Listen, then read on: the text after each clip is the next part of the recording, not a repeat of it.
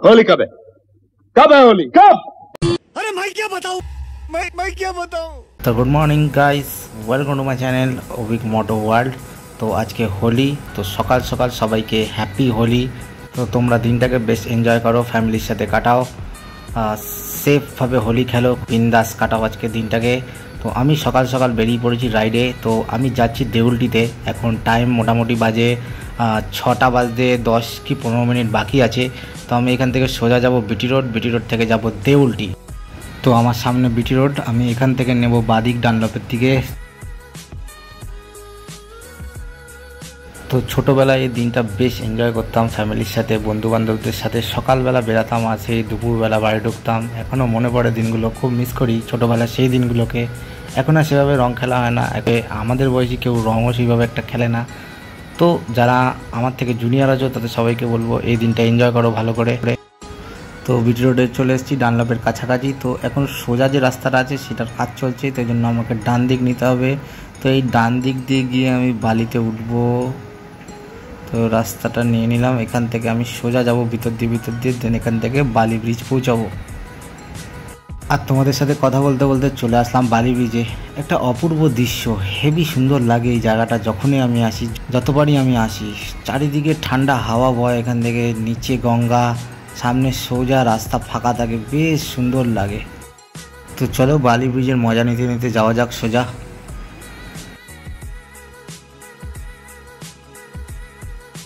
পৌঁছে গেছি বালি হল্টে। তো আজকে মোটামুটি বালি হল্ট ফাঁকাই থাকবে, কারণ অফিস বন্ধ বেশিরভাগই। তো রাস্তা দেখো পুরো ফাঁকা। তো বালি হল্ট থেকে আমি সোজা হাই রোডে উঠবো।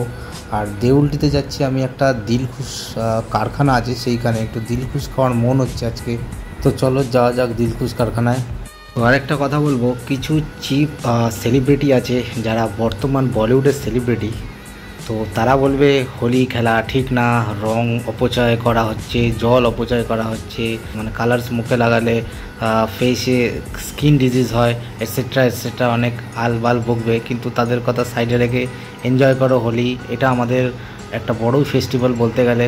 ভাড় মেজাকে সব চুটিয়ে হোলি গেল, এমন রং মাখাবে যাতে বাড়ির লোক না চিনতে পারে। তো আমি পৌঁছে গেছি এখন ধুলাবাড় টোলে। আর এখানে একটা লরি উল্টে গেছে, আর মধ্যে টায়ার্স রাখা ছিল। তো ক্রেন এসেছে, লরিটাকে এখন সোজা করা হচ্ছে।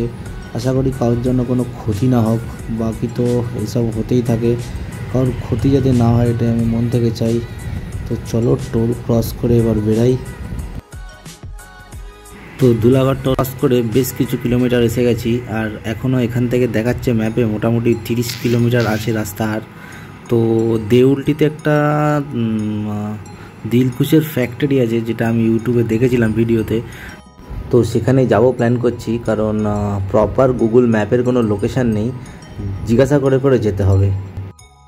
তো অনেক কষ্ট করে দেউলটির যে ফ্যাক্টরিটা আছে সেখানে গেলাম, কিন্তু গিয়ে দেখলাম সেখানে কারখানাটা শিফট হয়ে চলে গেছে গোড়াঘাটা রেলওয়ে স্টেশনের কাছে। তো আবার আরেক হ্যাপা, তো একজন বলল গোড়াঘাটা রেলওয়ে স্টেশনটা ক্রস করে ডান দিকে পড়বে। তো এখান থেকে আমি যাচ্ছি গোড়াঘাটা রেলওয়ে স্টেশন, এর আগের স্টেশনটা। তো ওখানে গিয়ে আবার খুঁজতে হবে, দেখি পাওয়া যায় কিনা।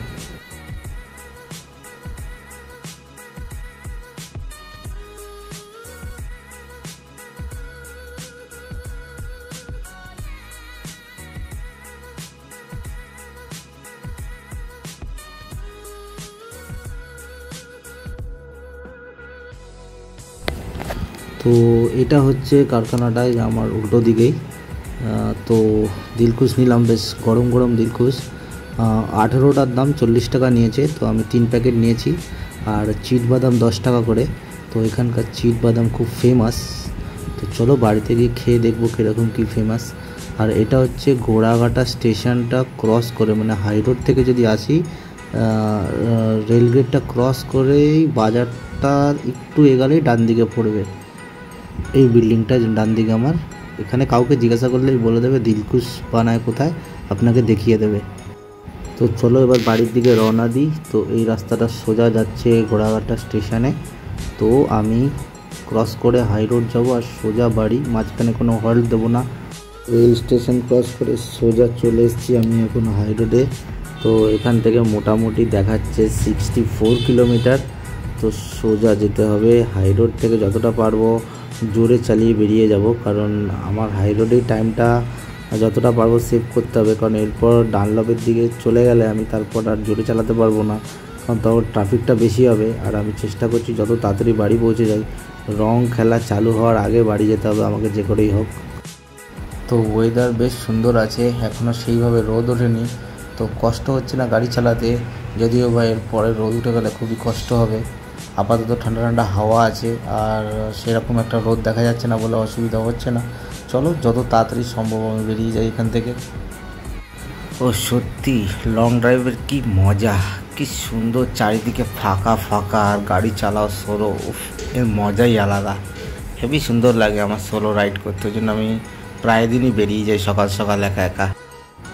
তো ডানকুনিয়ার 2 কিলোমিটার মতন এখান থেকে সামনে, তো এই 2 কিলোমিটারই হাইওয়ে আছে, তারপর আমাকে বাঁদিকে নিতে হবে কলকাতার দিকে।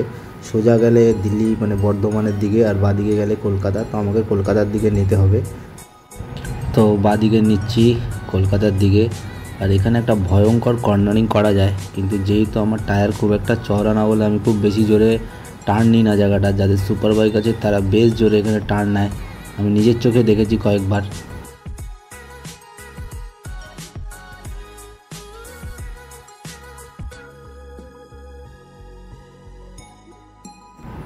তো ঘুরতে ঘুরতে আমি চলে এসেছি গঙ্গায়, তো মানে বালি ব্রিজে।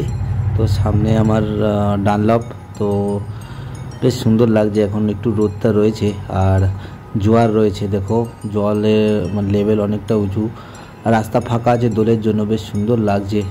চারিদিকের ভিউ খুব সুন্দর, আমার খুব ভালো লাগে এই জায়গা দিয়ে গাড়ি চালাতে, অসাধারণ সুন্দর জায়গা। তো ফাইনালি বিটি রোডে এসে গেছি, আর এখান থেকে মোটামুটি 20 মিনিট আমার বাড়ি, সোজা রাস্তা এখান থেকে খড়দা থেকে আমাকে ডান দিকে রেলগেটের দিকে নিতে হবে। তো বেশিরভাগ টাইমটা আমার এখানেই লাগবে, কারণ এখানে হেভি ট্রাফিক হয়ে যায় এক সময়। তো জানি না আমাদের এলাকার কী পরিস্থিতি, হয়তো দেখা গেল আমি ওখানে যেতে যেতে সব বাচ্চা কাচ্চা বেরিয়ে পড়েছে রাস্তায় রং নিয়ে, আর যদি বাই চান্স আমার অ্যাকশন ক্যামেরাতে একটু রং লেগে যায় তো হয়ে গেল। ওই জন্য আমি চিন্তাভাবনা করছি খদ্দার ঢোকার আগেই আমি অ্যাকশন ক্যামেরাটা খুলে ব্যাগে ভরে নেবো, আর মোবাইল টোবাইলগুলো সব ব্যাগে নিয়ে নেবো, কারণ সেফটি ফার্স্ট। তো আমি এখন সোদপুর রাজা রোডে পৌঁছে গেছি, আর এখানে সিগন্যাল বন্ধ, তো এখানে দাঁড়াই। তো এখান থেকে আর খুব জোর 5-7 মিনিটের রাস্তা আমার বাড়ি। তো আমার সামনে খড়দা রেলওয়ে স্টেশনের সিগন্যাল আছে, তো এখানে দাঁড়িয়ে যাই, দাঁড়িয়ে আমি ক্যামেরাগুলো সব খুলে নিই। তো চলো, ভিডিও কেমন লাগলো কমেন্ট করে জানিও, তোমাদের সাথে দেখা হবে অন্য একটা ব্লগে, ততক্ষণের জন্য বাই বাই।